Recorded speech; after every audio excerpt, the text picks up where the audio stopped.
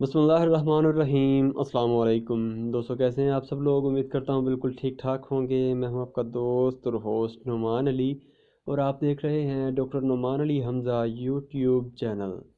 दोस्तों, एक दोस्त ने व्हाट्सएप पे मैसेज किया हुआ था कि उसके बकरों को ख़ारिश का मसला है, उसके बकरे ख़ारिश बहुत ज़्यादा करते हैं, तो उसे क्या हल करना चाहिए। तो आज की इस वीडियो में हम इसी चीज़ पर बात करेंगे कि अगर जानवर ख़ारिश करते हों, दीवारों के साथ अपना जिस्म रगड़ते हों, या आपस में मतलब जो है कह सकते हैं कि जिस्म को रगड़ते हों, तो उसका हमें क्या हल करना चाहिए, क्या इलाज करना चाहिए। तो बगैर वक्त ज़ाया किए चलते हैं दोस्तों, जानते हैं कि इस मर्ज़ का इलाज क्या है, हल क्या है।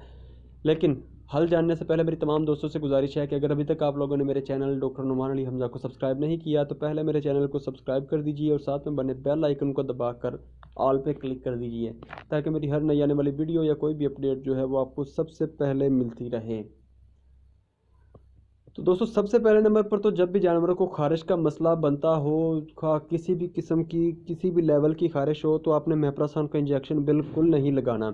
कुछ लोग होते हैं वो समझते हैं कि मेप्रासान का इंजेक्शन जो है वो फ़ायदेमंद होता है खारिश वाले जानवरों में, एलर्जी वाले जानवरों में जिनको एलर्जी का मसला हो।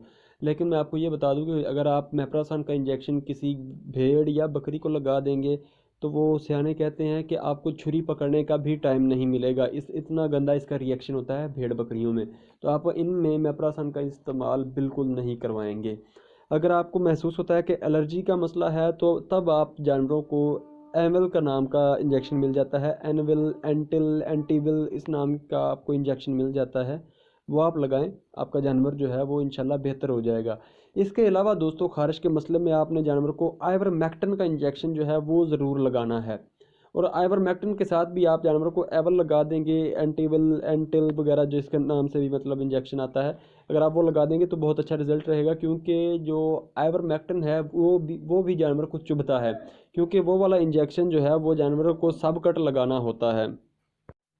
इसके साथ साथ दोस्तों, मैं आपको एक कह लें कि एडिशनल एडवाइस दूंगा, इजाफी मशवरा कह सकते हैं आप इसको, कि आप अपने जानवरों में फ़ैट्स जो हैं उनका इस्तेमाल ज़रूर करवाएं। उससे वो भी काफ़ी हेल्पफुल साबित होती हैं जानवरों को खारिश से बचाने में।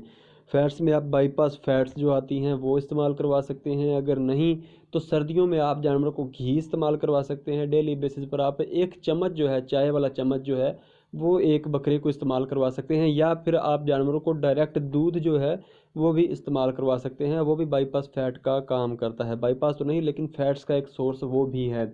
ये आप जानवर को इस्तेमाल करवा सकते हैं। लेकिन अगर गर्मी का मौसम है, तब आप जानवर को जो सरसों का तेल है वो आप इस्तेमाल करवा सकते हैं। तो दोस्तों, ये थी हमारी आज की वीडियो। उम्मीद है वीडियो आपको अच्छी लगी होगी। अगर वीडियो अच्छी लगी हो तो लाइक कर दीजिएगा, दोस्तों के साथ शेयर कर दीजिएगा, और कमेंट सेक्शन में अपनी राय का इजहार ज़रूर कीजिएगा। तो दोस्तों, अपना ख्याल रखिए, घर वालों का ख्याल रखिए, और मुझे दुआओं में याद रखिएगा। अल्लाह हाफिज़।